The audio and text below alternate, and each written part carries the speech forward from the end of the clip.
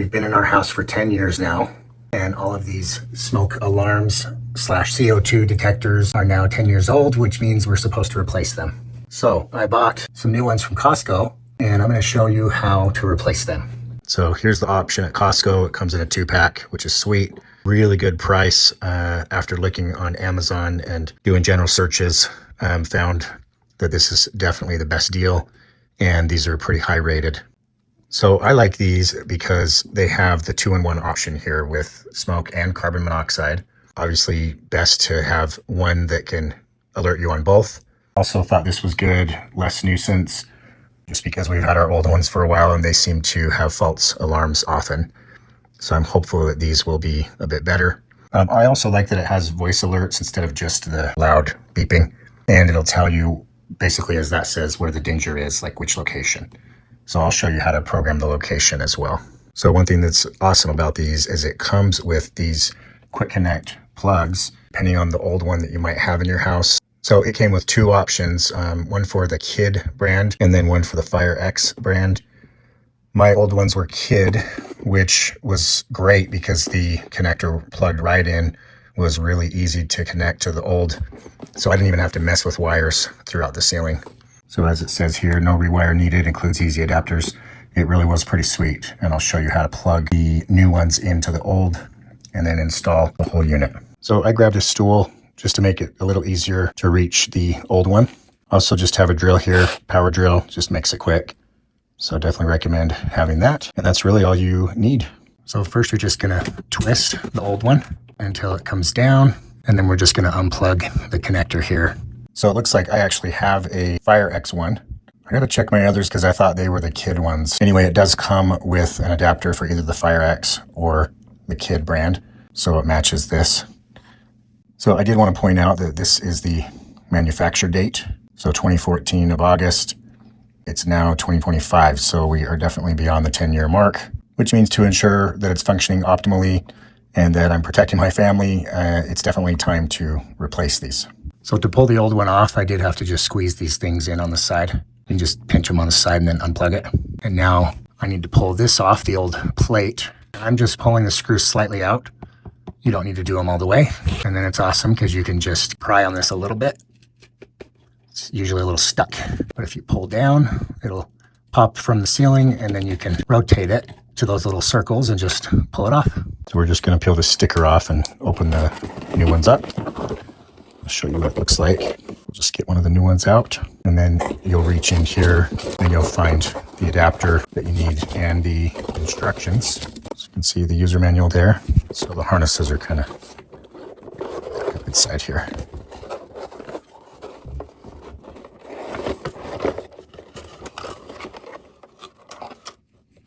So if you open that up, you can find the options here. All right, so I'll just show you. Those are your 2 choices. Super sweet that they give you both. This is the one that I need for the Fire X, and it just plugs right in. So with the new one, you're just gonna wanna twist this and pull off the new plate. You'll see this harness in here. This end plugs in like this, and then you could wire this to the wires in the ceiling if you needed to, basically to the other adapters. Luckily, I didn't have to. Hopefully you don't either. So you can just put it aside. Now we're just gonna mount this up on the ceiling and then we'll hook the new one on. So I found it easiest to just plug this in first while you've got it down, and you can make sure it's snug. Then we'll mount this bracket and then you can just plug this right into the ceiling and twist it on. So this is cool. It has all these patterns there so you can move it around depending on how your box is located. And you could just use the other screws that are there. They are also holding the junction box there. And it's pretty smooth for my setup. So I'm just gonna do it, let's see, play around with it till you like it. I think that's pretty good. So I'm just gonna tighten these screws there. So you're gonna wanna tighten them a little at a time. I'm right-handed, so that was a little tricky before. So we're just gonna tighten it slightly. We don't wanna break it. So just be careful and just do it until it feels snug enough. I just go back and forth and then we're gonna check it. Just push it and move it a little. It's good. It's not moving, so it's tight. So now you just put this the right direction and just plug it right in.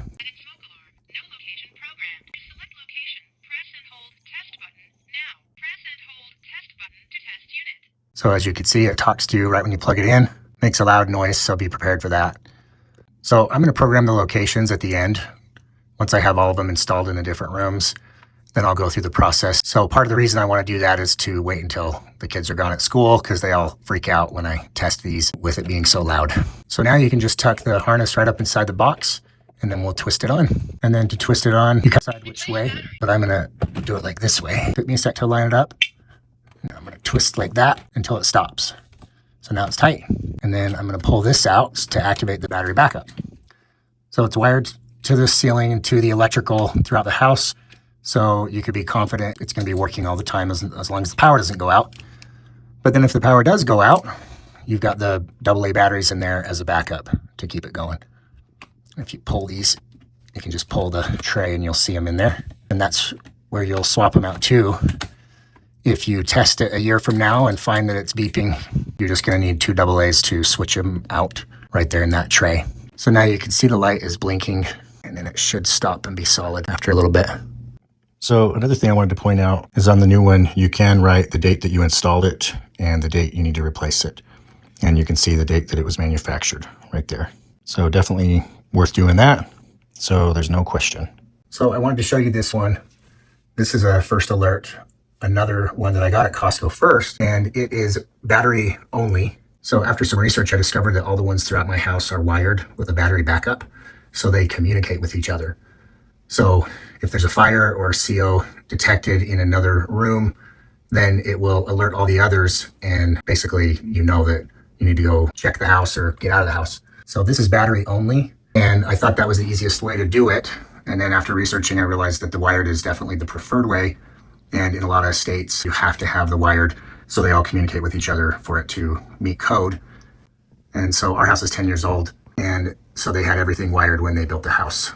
So I was excited to find another kit at Costco that has the wired option with the battery backup. Okay, now it's time to program the location of each of these alarms. So according to the website instructions, which I'll share here, since I already plugged in the wiring and the batteries, in order to set the location, you have to open the battery tray here, pull the batteries out, and then unplug the adapter from the ceiling. And then you'll be able to go through the steps to program the location. So we're going to turn that, pull it down, and then we'll unplug the alarm from the wiring. Okay, so I unplugged it. Now I'm going to pull the batteries out. And apparently this just resets the alarm so we can then go through the process to set the location. Seems kind of crazy. We got to do it this way, but that's what it says. Okay, this was tricky at first to figure out how to get the battery out. So you just need to push on this thing on the bottom. Just push right there. So if you watch, I'm going to push. Battery pops right out. And then we'll put them back in. So let's go ahead and go through the steps now. Okay, now we're going to put the batteries back in since it apparently has been reset at this point. So you can see the plus and minus. Just make sure you take note of that.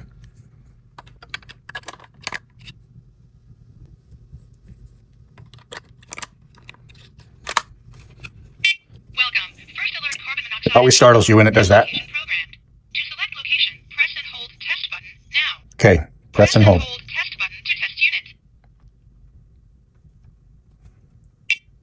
Testing. So I don't want to test, I just want to do the location, but this is what it keeps doing. Warning. Evacuate. Smoke evacuate. Warning. Evacuate. Carbon monoxide. Evacuate.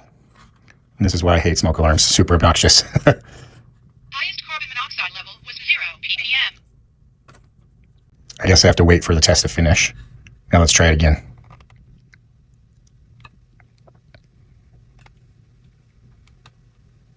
Nothing. Well, we'll consult the instructions. Okay, it says to open and close the battery drawer again. We'll see if this works. Welcome. First alert, carbon monoxide and smoke alarm. No location programmed. To select location, press and hold test button now. To save location, press and hold test button after location heard. Basement.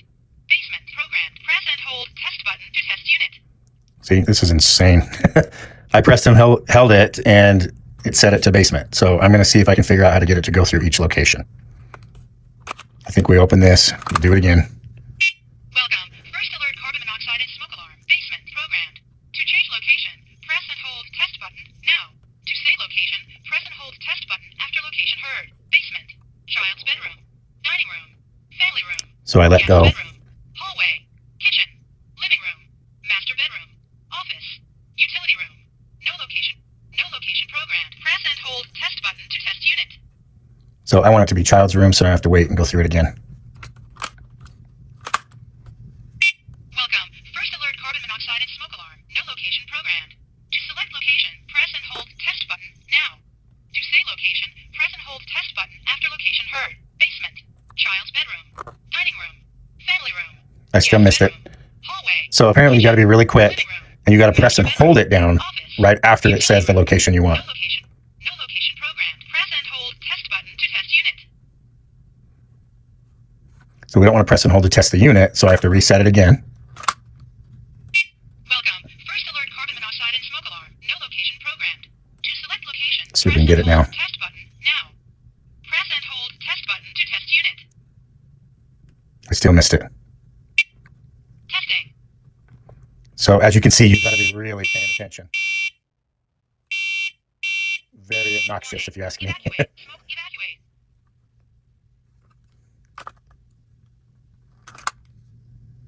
Welcome. First alert carbon monoxide and smoke alarm. No location programmed. To select location, press and hold test button now. Right there. To save location, press and hold test button after location heard. Basement.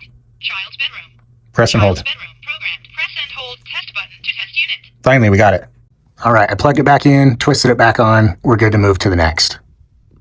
To select location, press and hold test button now. Press and hold test button to test unit.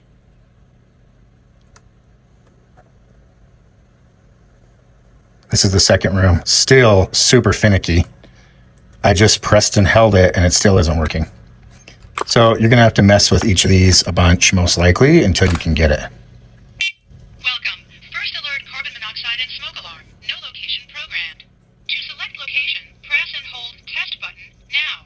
To save location, press and hold test button after location heard. Basement. Child's bedroom. Child's bedroom programmed. Press and hold test button to test unit. Got it. We got two of the kids' rooms. Now we're moving on to the hall. So you do have to open the tray, and I found you do have to take the batteries out for it to reset. And you kind of have to wait for a few seconds.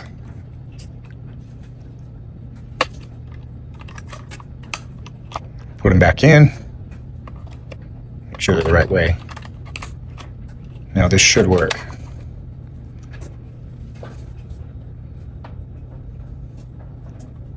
So as you can see, it didn't. So I'm going to say maybe like 15 seconds. You have to wait. Make sure we get these back correctly.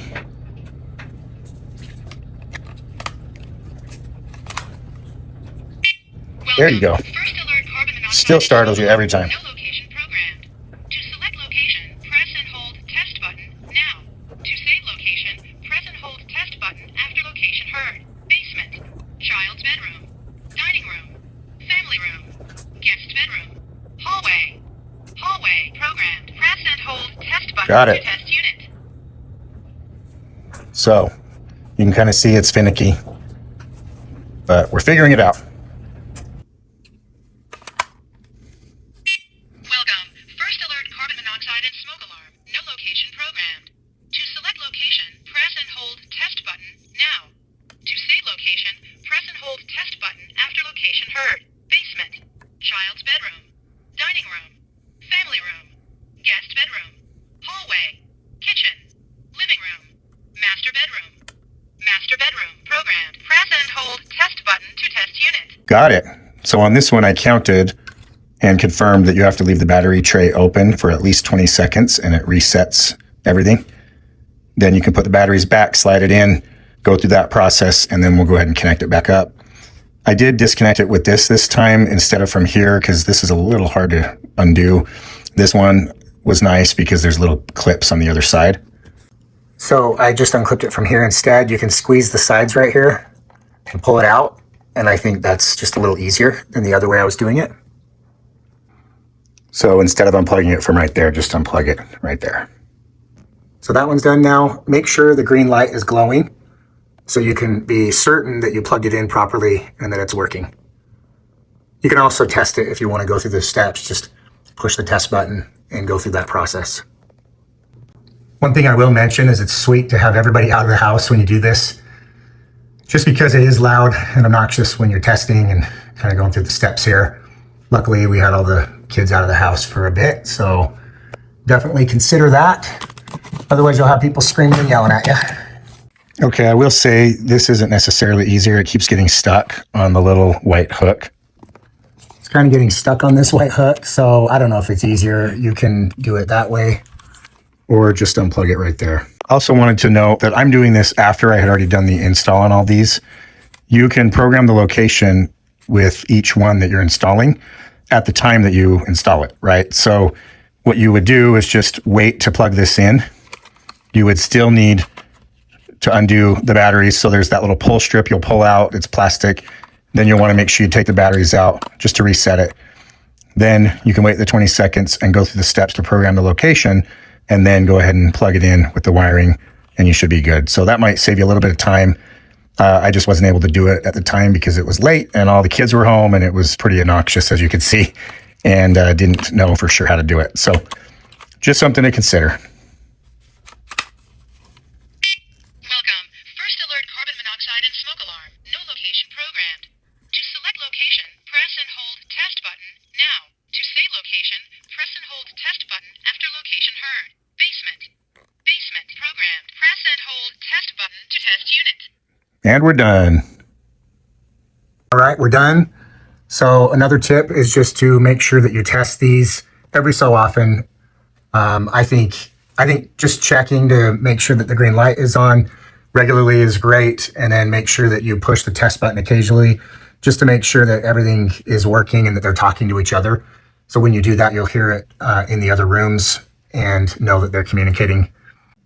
Another thing that you'll want to do occasionally is take some compressed air and spray this out right here, kind of around it, especially if it's in a room with a fan. We've noticed that the fan gets really dusty, and we've had these alarms that are in rooms with a fan trigger often falsely. So I just found with research that you can use the can of compressed air to spray them out, and that's just because sometimes dust can trigger them. Thanks for watching this video. I hope it was helpful. Don't forget to subscribe to Dan Good Dad for more helpful videos.